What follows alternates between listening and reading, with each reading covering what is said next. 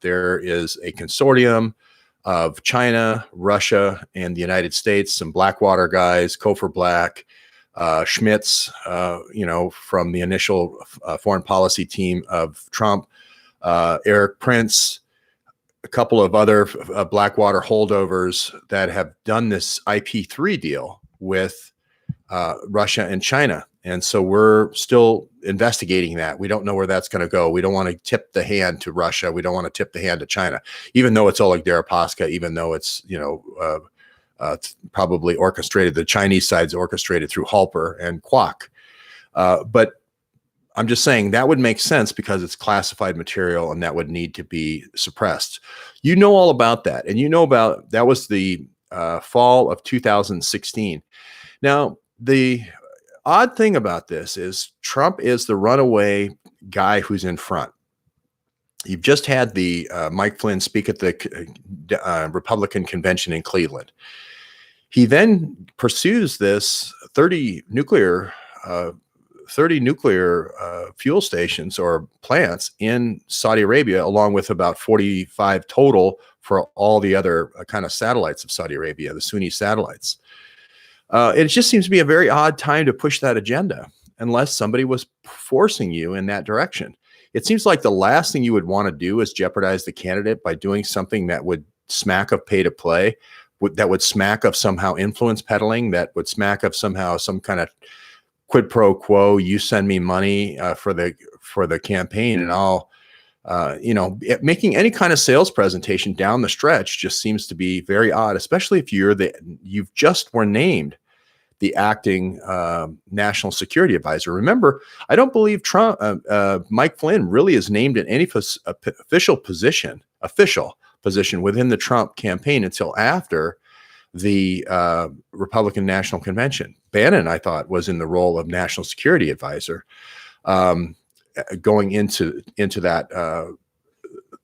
What did Bush give to Michelle? All these things are made to make you focus on things not Nate Kane.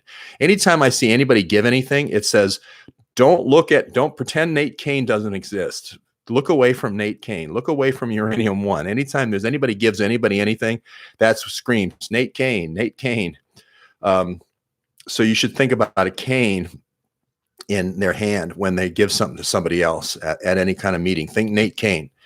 So that's the first thing. And then the precursor organization to that of sort of like Blackwater, the old holdovers from Blackwater, and Blackwater really goes all the way back to Iran-Contra. If you look at Bug McFarlane and all the folks that come out of that, Jack Abramoff, and of course our famous NRA guy, which is the Colonel North, it just kind of is this kind of flowing black streak through American history. It's the same streak that creates the Cofer Black and the terrorism threat information center that first creates this rogue CIA.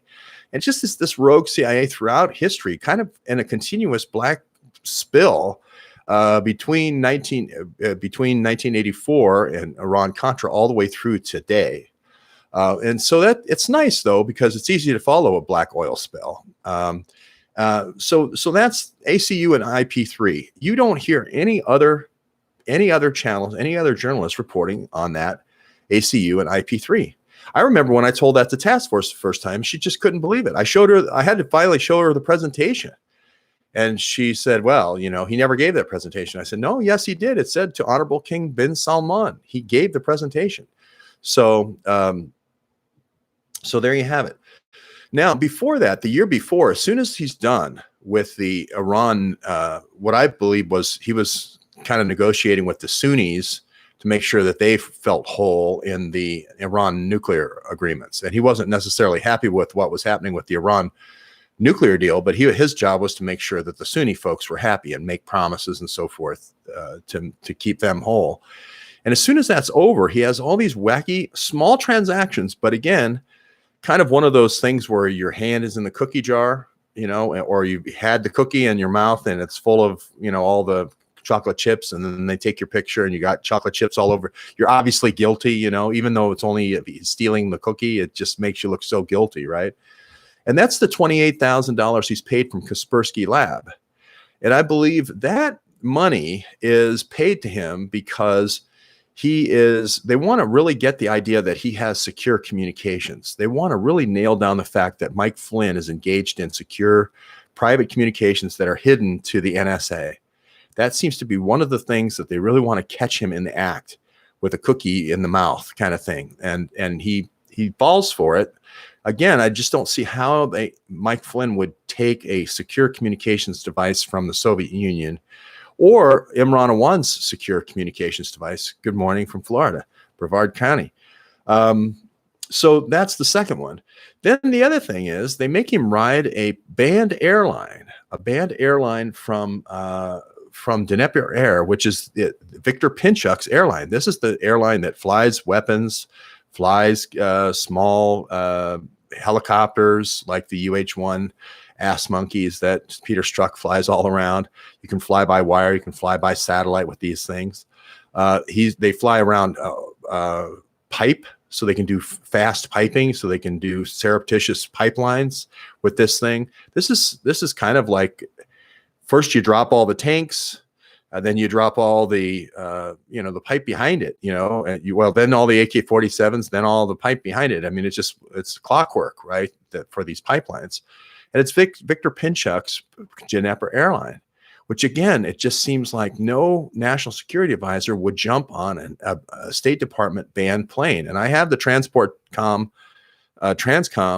letter saying you can't fly this airline. So I don't understand again why he would do that unless they were trying to catch him in the act for later. Unless they said, look, we're going to try to set you up. We're going to try you to put red diapers on you. We're going to try to redden you up. We're going to try to communist you up before we insert you into the Trump campaign. Play along, because this is all happening before he goes to meet with Putin.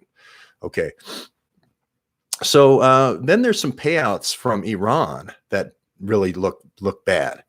One's from a company called Green Zone, and he's again goes to dinner and is photographed with a guy, kind of this Hezbollah guy, and then he gets a payment from Iran NJK, which is, pretty much like saying, Kremlin.com, pays him. Then he follows up in the December 2015 thing with the Speakers Bureau for the $40,000, but that's also RT, right? So it just looks bad. Again, I can understand somebody inviting you $40,000 to celebrate RT because Mike Flynn was a commentator in RT. I get that one. But the Kaspersky Lab, the Green Zone, the Iran NJK, it sounds like you're getting money directly from the government of Iran, if you know what I mean. And then finally, Turkey, Innova, $533,000. Innova. That just seems like kind of like a pay for play right off the bat. It seems like somehow you're getting me something for my money. Either that's the kidnap attempt or whatever. So that could be the second thing. That could be still ongoing. They're trying to find all the conspirators that were involved, and maybe that. Do I think Trump is sincere? I don't know what I don't know what you mean about how he's sincere. I think he's a man who's got a lot of stuff going on around him. It's kind of like being in the middle of an earthquake all the time and trying to compose a sonata. It's like, well, the chandelier hits your piano, and then all of a sudden, the dumb waiter comes, or one of those roller carts comes through and hits the side, you're not, jostles you. It's one of those things, but somehow he's managing to do it.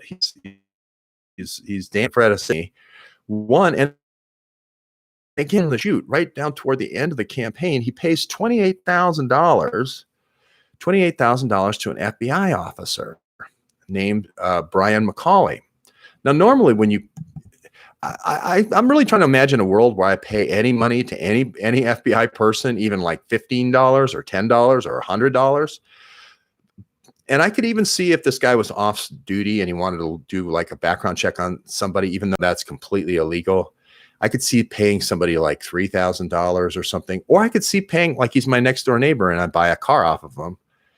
I could see paying somebody $28,000, but just paying somebody $28,000 right down the stretch sounds like I'm under investigation And now I'm paying this payola for you to forget about my case. That's what it sounds like.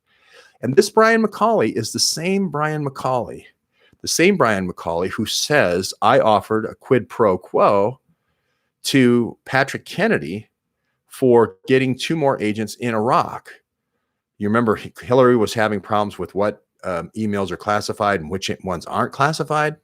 So, Patrick Kennedy offers, he says, well, if we could get 2 more agents in, Iraq, I'd like to see 2 more agents in Washington, D.C., to be honest with you. But anyway, Brian McCauley asked for 2 more agents in Iraq, and we'll accommodate your request. We'll make those classified emails that Hillary sent declassified. And Brian McCauley admits straight up, it was a quid pro quo, says it right out in the article, quid pro quo.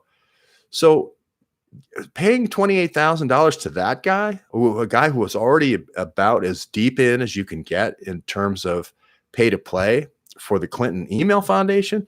I mean, of all the FBI guys to give $28,000 to, why Brian McCauley? Unless they sent Brian McCauley over there. They said, Brian, get $28,000 from Flynn. Flynn, you're going into jail today if you don't pay the $28,000. We want to make it look bad. We want to bring this out in the campaign and make it look like Trump's paying off people so they don't get arrested going down the stretch. That's what it looks like. So, and then finally he pays this admiral $9,000, this Admiral Bettman. Now that could be for security services. Maybe this admiral has like personal bodyguard. My gut on Flynn is that Flynn was a good guy. He blew the whistle, and I know how this goes. Blew the whistle, and he got set up. They said, okay. He got set up. He got caught in something. Maybe his son got caught in something. And they say, now, well, here's 2 ways out of this. One, you can go to jail, or your son can go to jail, or you can play our game, play the role of an informant. But once you play the role in the informant, you start doing all the things the informant's supposed to do, like go give the FBI agent $28,000. Now they got you on film doing that. They can always pull the rug out from under you and said, you weren't our informant. They can tear up the agreement. And now it looks like you paid Brian McCauley $28,000 going down the stretch in the 2016 election. That's the problem. I think they pulled the rug out from under on Flynn, to be honest. That's my bottom line. So yeah, I would say it's a pretty massive smear campaign. The people who make the smallest mistakes are the ones who take all the blame, and all the other people that are involved usually get immunity for ratting that person out. Right? That's kind of what happens. Jeff Epstein, I don't know what happened with that case today. So I'm going to probably, I know the pedophiles thing. I always say this is red meat for the right because, it always turns out like it's kind of like the D5 thing, with the Gitmo and all the tribunals, and it just never happens. And it's always something happens with Flynn that day, right? And somebody said, oh, Flynn is a great patriot and he would never, rat on Trump, and he's helping Mueller investigate the Clinton Foundation. And I said, well, what part of him not doing any time for all the stuff that they say he's involved in didn't you hear? What part of the 19 meetings didn't you hear? What part of you cooperated as early as you could? And that's substantial assistance. What part didn't you hear on that? I mean, and they said I was planting a seed of propaganda. I said, no, the seed of propaganda is to go to St. Louis and accept an award and accept a whole bunch of money when you've already had 19 meetings with the special counsel and you're already, whatever.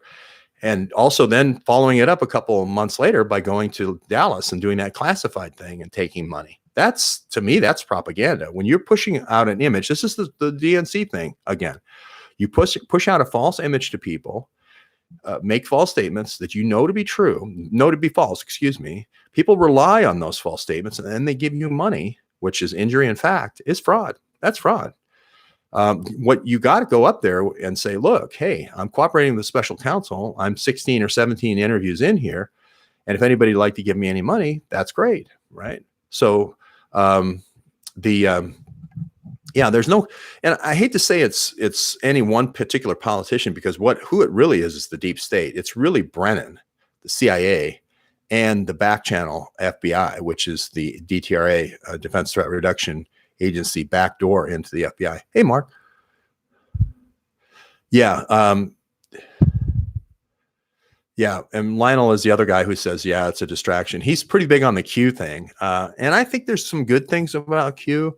I think it does focus a lot of research, which I like. And whether I know I see the pager, whether or not it's all directed, or they take a left turn at Albuquerque at the end, doesn't really matter, because a lot of that energy is good energy.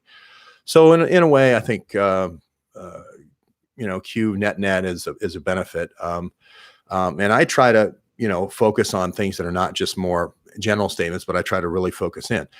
Like, for instance, on Ham this morning, this is going to be Faruqi, this close Democratic DNC operative, very close friends. Thank you very much. Very close friends of the McAuliffes, very good friends of the McCabe's, good friends of the Clintons.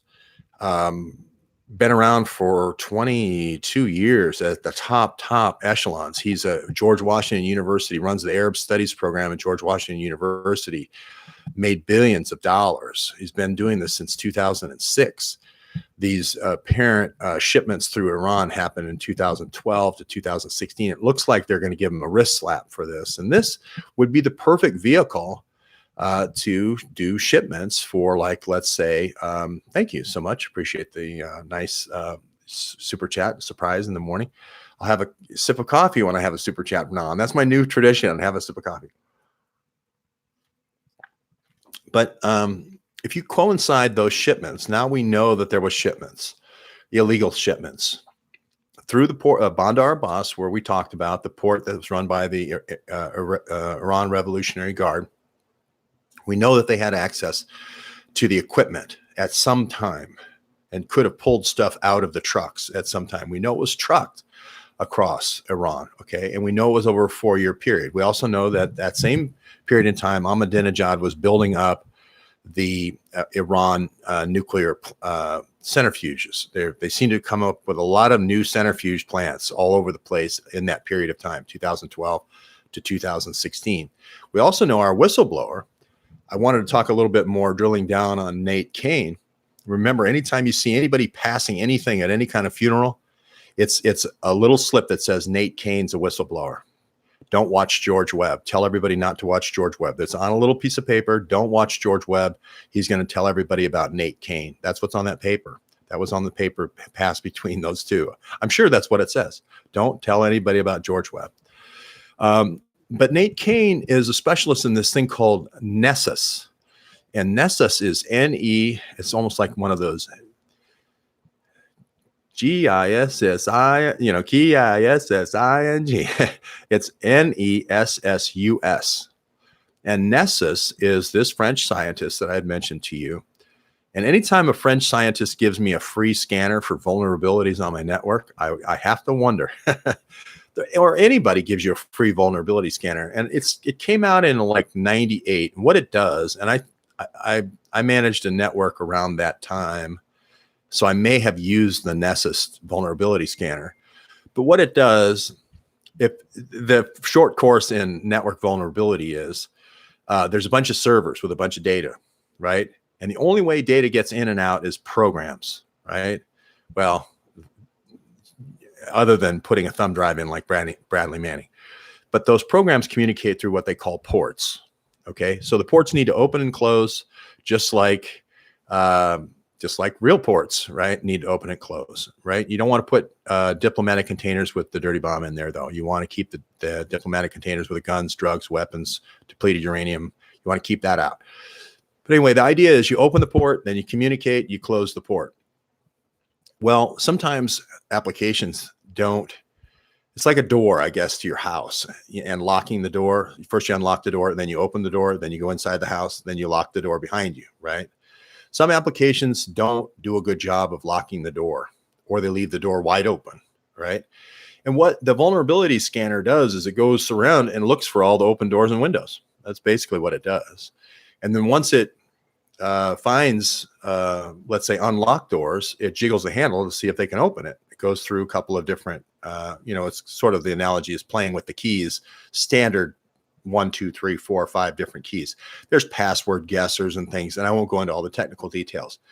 But that's a scanner, all right? That's called the Nessus scanner. And then the Nessus is used by the military to grade your network, to say, oh, okay, if you want data assurance, and this, my brother is really an expert in this. I mean, super expert in this. He's testified in Congress on this stuff. I am giving you a very third grade.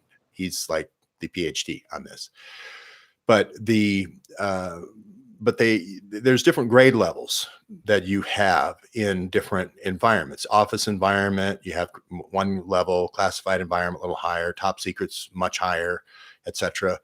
Top secret, you're scanning all the time for even 1 minute where somebody might leave a port open, where, in an office environment, you might do that once a day. Okay. Rule of thumb, the more. So anyway, what Nate Kane does, he's a subject matter expert working for a company that makes Nessus, which was this Tenable. I'm using the French pronunciation because it's from a French scientist. And Tenable or Tenable is the name of the company. And it's based here in Fort Meade, a little bit from here. And it's a part of a company called AMS. And they have a whole bunch of people that write different software for them as third-party contractors, but they're a part of DISA, this Defense Information Systems Agency.